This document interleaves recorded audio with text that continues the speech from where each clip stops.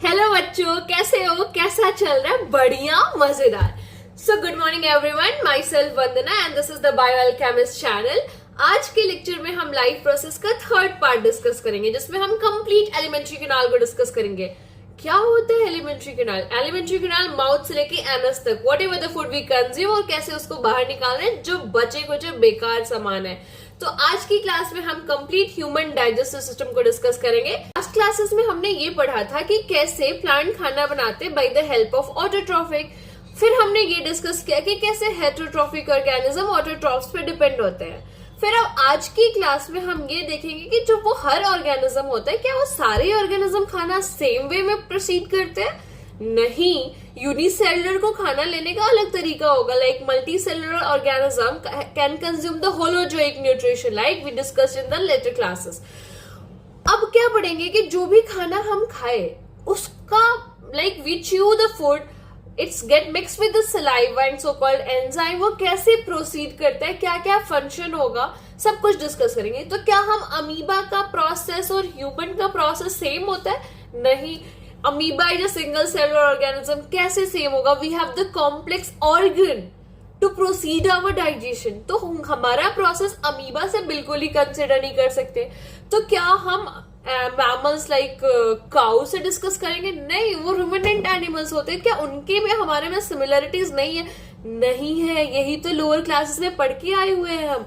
सो आज की क्लास में हम डिस्कस करेंगे कैसे माउथ में प्रेजेंट टिथ, कैसे उसको छोटे छोटे छोटे छोटे पार्टिकल में तोड़ता है, फिर वो मिक्स होता है सलाइवा से, फिर वो पास होता है ईसोफेगस से, कैसे हमारा पूरा एलिमेंट्री कैनाल आगे की तरफ बढ़ने जाता है। फिर उसके साथ एसोसिएटेड कुछ ग्लैंड जैसे कि लिवर, पैंक्रियाज और सलाइवरी ग्लैंड कैसे कुछ चीज का सिक्रीशन करते हैं और वहां से वो हमारे डाइजेशन में हेल्प करते हैं। So without any delay let's just begin. Human digestive system में हम देखेंगे कि एलिमेंट्री कैनाल और उसके एसोसिएटेड कुछ ग्लैंड्स के बारे में हम पढ़ेंगे कि उसका सीक्वेंस क्या होता है, कहाँ से कहाँ फूड ट्रांसफर होता है। सो माउथ से oesophagus, then stomach, then small intestine, then large intestine, और बाहर वो एनस के थ्रू मूव आउट कर जाता है।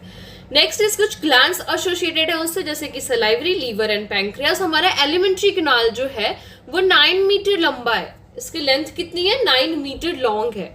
The duct of various gland, बहुत सारे डक्ट का, जैसे कि लीवर का, पैंक्रियास का, वो सारे जो कुछ सिक्रीट करते हैं वो वापस आके कहाँ पॉर आउट कर देते हैं? एलिमेंट्री कैनाल में। एलिमेंट्री कैनाल में स्टमक भी आता है, तो स्टमक में ही बेसिकली स्मॉल इंटेस्टाइन में अपना सिक्रीशन ट्रांसफर कर देते हैं। ह्यूमन डाइजेस्टिव सिस्टम में होता है बकल कैविटी। बकल कैविटी कहाँ होता है? माउथ में। Mouth is a buccal cavity और ओरल कैविटी माउथ कैविटी, उसमें प्रेजेंट होता है टिथ। तो हमारे पूरे एलिमेंट्री कैनाल में, हमारे पूरे डाइजेस्टिव सिस्टम में टिथ ही वो चीज होता है, टिथ ही वो पार्ट होता है जो क्या परफॉर्म करता है? Physical digestion. Physical digestion get performed by the teeth only. So the salivary gland and we have the salivary gland present in our mouth only that secrete the saliva. तो saliva और हमारे पास जो teeth है उसने तोड़ रखा है बड़े बड़े सामान को छोटे छोटे पार्टिकल्स में। कैसे कि हमने अगर फॉर एग्जांपल एक पिज्जा खाया, पिज्जा को छोटे छोटे छोटे छोटे पार्टिकल में हमारे टिथ ने उसको तोड़ दिया है, बट वो जो छोटे छोटे पार्टिकल्स हैं हमारे सलाइवरी ग्लैंड ने क्या सिक्रीट कर दिया? Saliva. Saliva have which kind of enzyme? That is known as salivary amylase. तो हमारे सलाइवरी अमाइलेज है, हमारे पास एंजाइम है, हमारे पास छोटे मॉलिक्यूल्स हैं, उनको हमको क्या करना है? मिक्स कैसे करेंगे? स्पूनिंग करेंगे। कैसे स्पूनिंग करेंगे? That helps the tongue helps to mix the saliva with the food. अब हमारे पास क्या होता है कि कुछ एंजाइम होती है जैसे कि सलाइवरी अमाइलेज, वो इनको डाइजेस्ट करने में माउथ में हेल्प करती है। नेक्स्ट पढ़ेंगे कि हम जो फूड कंज्यूम किए थे, हम ऑटोट्रॉफिक न्यूट्रिशन में हमने पढ़ा था कि CO2 वाटर के हेल्प से कार्बन डाइऑक्साइड और वाटर के हेल्प से सनलाइट के प्रेजेंस में फोटोसिंथेसिस हुई थी, वहां पे बना था ग्लूकोज। ग्लूकोज जब स्टोर होता है तो दो फॉर्म में स्टोर होता है। एक कौन सा फॉर्म?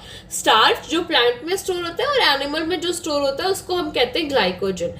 तो जब वो प्लांट में स्टोर करता है और हम उस प्लांट को कंज्यूम करते हैं तो हम क्या खा रहे हैं? स्टार्च खा रहे हैं। तो जो स्टार्च होता है उसका डाइजेशन माउथ में ही हो जाता है। कौन करता है? Salivary amylase. तो सलाइवरी अमाइलेज का फंक्शन क्या है? स्टार्च का डाइजेशन। स्टार्च डाइजेस्ट करने में हेल्प करता है।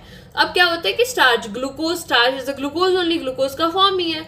अब वो क्या करता है, उसको छोटे छोटे पार्टिकल में और मिक्स करके तोड़ने का और डाइजेस्ट करने का काम करने लगता है। फिर हम पढ़ेंगे कि डाइजेशन ऑफ स्टार्च कहाँ होता है, it begin in the mouth. क्या कंप्लीट डाइजेशन हो जाता है माउथ में? अगर कंप्लीट डाइजेशन होना होता तो बाकी ऑर्गन्स होते ही नहीं, अगर माउथ ही सब कुछ डाइजेस्ट कर देता तो नहीं। ये 70 to 80% डाइजेशन जो होता है इसका माउथ में होता था। किसका? स्टार्च का। क्या बाकी सबका भी, प्रोटीन वगैरह का? नहीं, I am just talking about the starch only. Starch का डाइजेशन सलाइवरी अमाइलेज करता है। क्या कंप्लीट डाइजेशन कर देता है? वो भी नहीं, ये 60 to 70% डाइजेशन ही कर पाता है। अब क्या होता है कि whatever the food we consume वो छोटे छोटे पार्टिकल्स में टूट चुका है। छोटे छोटे particles then pass mix with the saliva get passes to the oesophagus. क्यों सलाइवा से मिक्स करने, क्यों नहीं हम डायरेक्टली ट्रांसफर कर दे रहे? क्योंकि हमारा जो ये ट्रांसफर है, हमारा जो फूड पाइप है, ये थोड़ा सा वेटी सब्सटेंस चाहिए होता है, थोड़ा सा गीला चाहिए होता है। क्योंकि अगर मैं बहुत ड्राई खाना स्टार्ट कर दूं तो हमें वो वापस रिवील करना स्टार्ट कर देगा। कभी आपने नोटिस किया होगा कि आपने सूखी रोटी खाई तो वो क्या होता है, आप थोड़े टाइम के बाद वो अजीब सा फील होता है, बहुत रफनेस फील होती है। तो you have to make it wet before to consume. आप पानी पीते हो तुरंत, ताकि वो जो भी खाना है आपके माउथ से जो ट्रांसफर हो रहा है वो थोड़ा सा गीला हो जाए, राइट। नेक्स्ट इज कि whatever the food we consume, छोटे छोटे पार्टिकल में तोड़ चुके हैं, सलाइवा के साथ मिक्स कर चुके हैं। अब इसको हम क्या कर देंगे, ट्रांसफर। कहाँ ट्रांसफर करेंगे हम? ईसोफेगस में। ईसोफेगस में वो ट्रांसफर हो चुका है। अब ईसोफेगस क्या कर रहा है, एक चैनल है। किसका चैनल? माउथ से स्टमक को कनेक्ट करने के लिए एक रास्ता है। उस रास्ते वो क्या करता है, ईसोफेगस उसको ट्रांसफर कर देता है वापस से स्टमक में।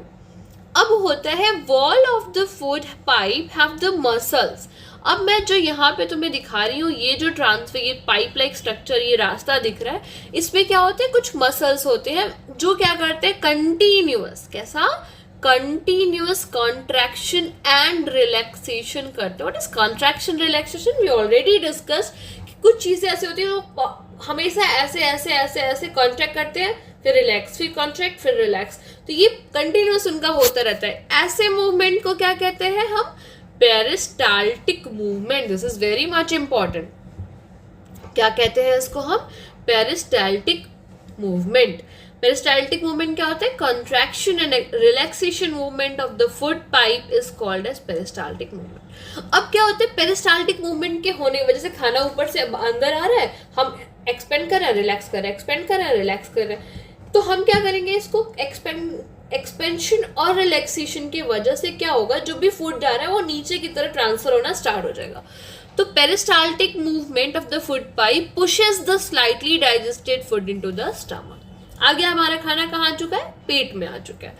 अब स्टमक का जो शेप होता है ना, वो जे शेप्ड होता है। कैसा होता है? जे शेप। देखो यहाँ पे कुछ इस तरीके से होता है।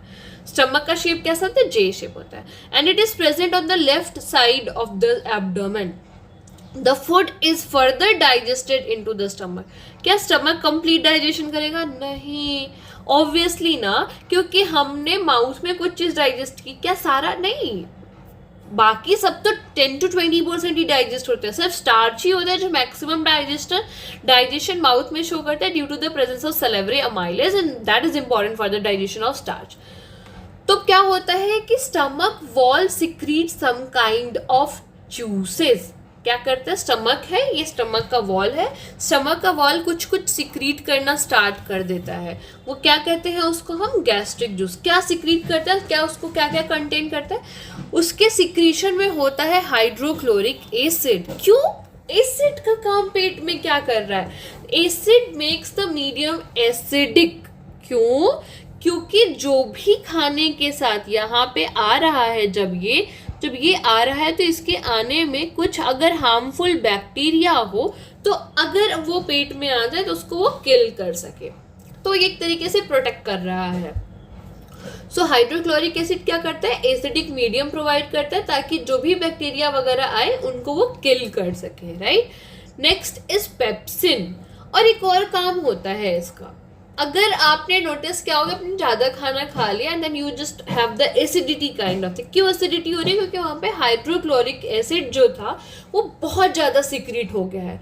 बहुत ज्यादा सिक्रीट होने से क्या होगा, ये डाइजेशन में हेल्प नहीं कर पाएगा, डाइजेशन अच्छे से परफॉर्म नहीं हो पाएगा, तो इस वजह से होता है। नेक्स्ट क्या है HCl का, एक तो पहला हो गया कि अच्छा ठीक है उसको बैक्टीरिया को मारना है, जो भी फॉरेन पार्टिकल आना है उसको मारना है। नेक्स्ट होता है पेप्सिन। हमारे स्टमक जो गैस्ट्रिक जूस होती है उसमें पेप्सिन नाम का एक एंजाइम होता है। क्या करता है पेप्सिन? ये प्रोटीन को डाइजेस्ट करने में हेल्प करता है। कौन? पेप्सिन। प्रोटीन को क्या करता है? डाइजेस्ट करने में। तो पेप्सिन एंजाइम सिर्फ और सिर्फ एसिडिक मीडियम में हेल्प करेगा, एसिडिक मीडियम में काम करेगा। तो पहला तो वो एसिडिक HCl इसलिए सिक्रीट हो रहा है ताकि वो बैक्टीरिया को मार सके। दूसरा इसलिए सिक्रीट हो रहा है कि स्टमक में प्रोटीन का डाइजेशन होता है और प्रोटीन के डाइजेशन के लिए हमें एसिडिक मीडियम चाहिए होता है, that for that HCl get release.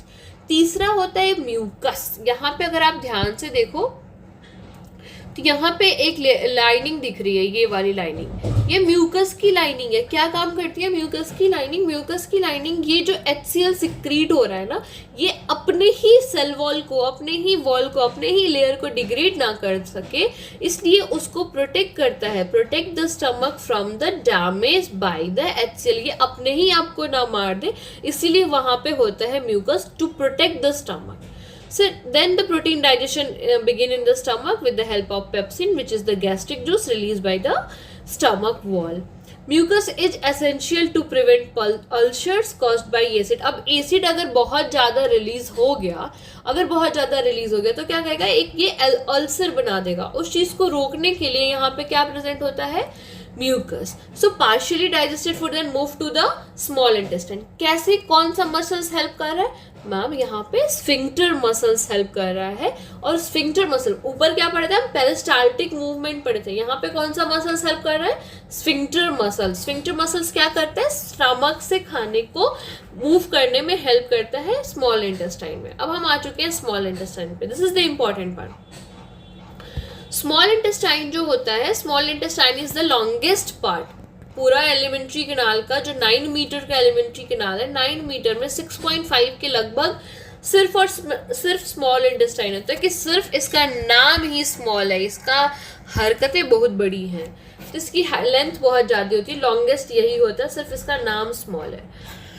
क्यों? क्योंकि ये बहुत ही पतला होता है। एंड आई थिंक पतला होने की वजह से ही कुछ चीज़ें लंबे, जो लोग पतले होते हैं वो लंबे होते हैं, लेकिन जो मोटे होते हैं वो क्या होते हैं? छोटे होते हैं।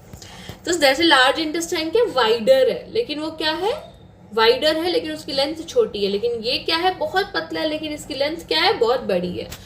It get coiled in the abdomen and इसकी लेंथ डिसाइड करते हैं कि वो जो भी ऑर्गेनिज्म है वो हर्बीवोर्स है, कार्निवोर्स है, ओमनी है, क्या है। उस बात पे डिपेंड करेगा कि इसका जो लेंथ होगा, स्मॉल इंटेस्टाइन का जो लेंथ होगा वो कितना बड़ा होगा। तो जो हर्बीवोर्स होते हैं, हर्बीवोर्स मतलब जो सिर्फ ग्रास पे या फिर घास पे और स्टॉक पे डिपेंड होते हैं, उनका इंटेस्टाइन बहुत ही बड़ा होता है कंपेयर टू दोज जो कार्निवोर्स होते हैं। क्यों? क्योंकि काऊ का जो इंटेस्टाइन होगा वो बड़ा होगा। क्यों?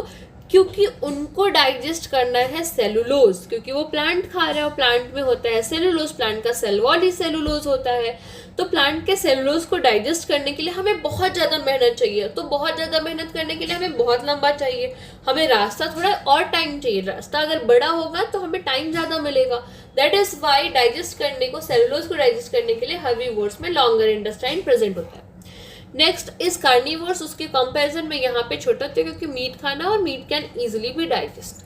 Complete digestion of carbohydrate, protein and fat. अब क्या हुआ कि हमने देखा कि माउथ से स्टार्ट होके कुछ चीज़ें आ चुकी हैं स्टमक पे, स्टमक से स्मॉल इंटेस्टाइन पे।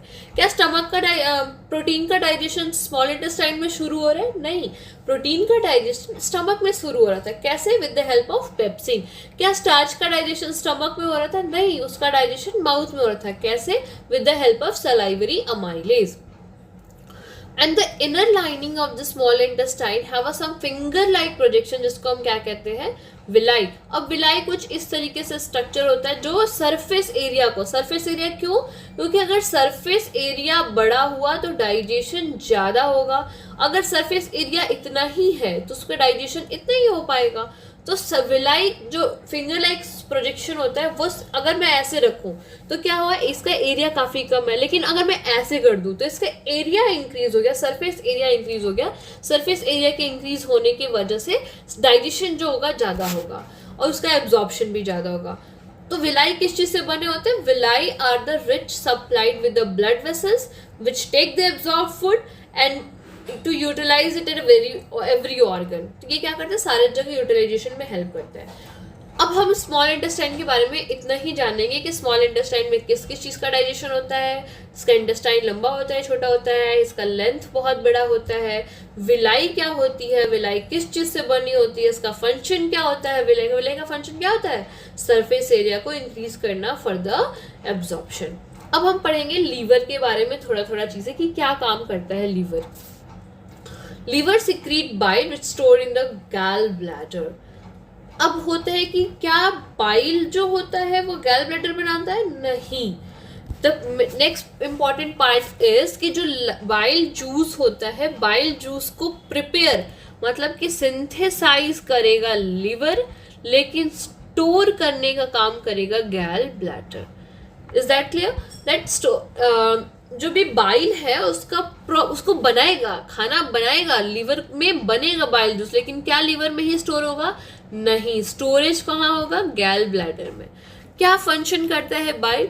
बाइल का फंक्शन होता है to neutralise the stomach acid. क्या म्यूकस भी तो यही काम करता? हाँ, उसके अलावा लीवर में सिक्रीट बाइल जूस का भी काम यही होता है कि वो एल्कलाइन नेचर का होता है, और वो एल्कलाइन होने के अगर कोई चीज़ एसिड ज़्यादा हो रहा है तो मैं क्या करूँगी, उसको न्यूट्रलाइज करने के लिए कुछ बेस डालूंगी। तो जो बाइल होता है वो बेसिक नेचर का होता है, तो हम न्यूट्रलाइज करने के लिए, एसिड को कम करने के लिए हम वहाँ पे बाइल जूस ऐड करते हैं।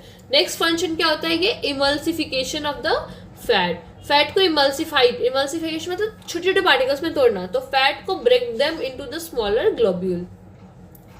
Next is the pancreas. Pancreas secrete some kind of pancreatic enzyme like amylase, trypsin, lipase. ये तीनों का function is important. Next is small intestine receive the secretion of two gland. अब मैंने बोला था कि जो भी ग्लैंड होते हैं वो कुछ ना कुछ सिक्रीट करता है, तो जब वो सिक्रीट करेगा तो जो सिक्रीट करने के बाद वो कहीं ना कहीं तो काम करेगा। तो वो मैंने अभी बताया कि जो भी सिक्रीशन होता है वो एलिमेंट्री कैनाल में पॉर अप किया जाता है। Alimentary canal include what? Liver? No, alimentary canal do not include the gland, it is the small intestine, जहाँ पे वो जो ग्लैंड्स होते हैं वो कुछ सिक्रीट करते हैं, तो वो एलिमेंट्री कैनाल जैसे कि स्मॉल इंटेस्टाइन में आता है। तो लीवर क्या सिक्रीट कर रहा है? बाइल। बाइल क्या होता है, थोड़ा बाइल के बारे में डिस्कस कर लेते हैं हम। Bile is a greenish yellow liquid which is made in the liver and get normally stored in the bladder. Bile एक alkaline nature का होता है। alkaline कैसे contain salt। कैसे salt कैसे बना है यहाँ पे? क्योंकि हम पढ़ चुके हैं अपने previous classes में कि एसिड और बेस मिलके क्या बना देता है? सॉल्ट। जैसे कैसे HCl plus NaOH क्या मिला के बना देता है? NaCl, and NaCl is the salt which we use to eat. So bile is the alkaline in nature, contain the salt which help in the emulsification of the food. The bile perform two kind of function, जैसे कि पहला क्या? Which makes the acidic food coming from the stomach alkaline so that pancreatic enzyme can act on it. हम पढ़े कि pepsin जो होता है, पेप्सिन को काम करने के लिए हमें एसिडिक मीडियम चाहिए होता है, तभी हमारे स्टमक में पेप्सिन को काम करने के लिए HCl रिलीज होता है ताकि सारा फंक्शन हो जाए। सेम वे हमारे जो पैंक्रियाटिक जूस है उनको एल्कलाइन कंडीशन चाहिए होती है, सो दैट इज वाई हमारा बाइल जूस वहाँ पे एक्ट करता है। So bile salt break the fat present in the food in the smaller molecule, वहाँ पे वो इजिली डाइजेस्ट हो जाता है। पैंक्रियास, इसका स्ट्रक्चर देखें तो इस तरीके से कुछ स्ट्रक्चर होता है कि यहाँ पे लीवर होता है। लीवर एक बहुत ही बड़ा, सबसे हमारे बॉडी का सबसे बड़ा ग्लैंड लीवर होता है। लीवर से अटैच्ड है गैल ब्लैडर, मतलब कि यहाँ पे कुछ चीज़ अगर सिक्रीट हो रहा है, क्या ही सिक्रीट होगा? बाइल। बाइल सिक्रीट होके यहाँ पे इस गैल ब्लैडर में आके स्टोर हो जाता है। स्टोर होने के साथ साथ यहाँ पे वापस जहाँ पे स्मॉल इंटेस्टाइन होगा वहाँ पे इसको भेज देता है जब भी जरूरत होती है तब। इसी से एसोसिएटेड कुछ पैंक्रियाज हैं। पैंक्रियाज में पैंक्रियाटिक जूस, पैंक्रियाटिक डक्ट होते हैं जो पैंक्रियाटिक जूस सिक्रीट करेगा। ये कॉमन बाइल डक्ट होता है। कॉमन बाइल डक्ट क्या होता है? जहां लीवर का भी सिक्रीशन और पेंक्रियाज का भी सिक्रीशन दोनों साथ साथ आएंगे, उसको हम कहेंगे common bile duct. Pancreas is a large gland which lies parallel to the stomach, और ये देखो इस कुछ लीफ लाइक स्ट्रक्चर में ऐसे प्रेजेंट होता है। It secrete some juices which contain enzyme called pancreatic amylase. जब से हम पढ़ चुके हैं इन सब चीज़ों के बारे में, हम आगे बढ़ते हैं लार्ज इंटेस्टाइन में। क्या सब कुछ जो भी डाइजेस्ट होता है वो स्मॉल इंटेस्टाइन डाइजेस्ट कर देता है? क्या सिर्फ उसके बाद कुछ और फंक्शन नहीं है? एक लास्ट फंक्शन बच जाता है लार्ज इंटेस्टाइन का। क्या होता है उसमें? जो भी चीज़ हम खाना खाए अब वो हो चुका है डाइजेस्ट। हमने देखा कि कार्बोहाइड्रेट, प्रोटीन, फैट, सब कुछ डाइजेस्ट हो चुका है। तो जो भी चीज़ वाटर आया, वाटर के बारे में हमने डिस्कस नहीं किया। क्यों नहीं किया? क्योंकि हमने देखा कि वाटर का डाइजेशन लार्ज इंटेस्टाइन करता है। हम जो भी खाना ले आए अब हम देख रहे हैं कि लार्ज इंटेस्टाइन एक बार फिर सर्कुलेट कर रहा है, वहाँ से जो भी चीज़ें बची खुची हैं, काम की चीज़ें, उसको रख लेता है। जो नहीं हमारे काम की चीज़ें होती है उसको क्या करता है? एनएस के थ्रू बाहर निकाल देता है। तो मैक्सिमम वाटर का डाइजेशन कहाँ होता है? लार्ज इंटेस्टाइन में। Undigested food passes from the small intestine. एक लार्ज इंटेस्टाइन एक बार अब सब कुछ डाइजेस्ट करके भेज चुका है, लेकिन एक बार रीचेक तो करना बनता है ना कि कुछ नहीं बचा हुआ, कुछ नहीं डाइजेस्ट हो पाया, तो एक बार देख लेते हैं। वो काम करता है लार्ज इंटेस्टाइन।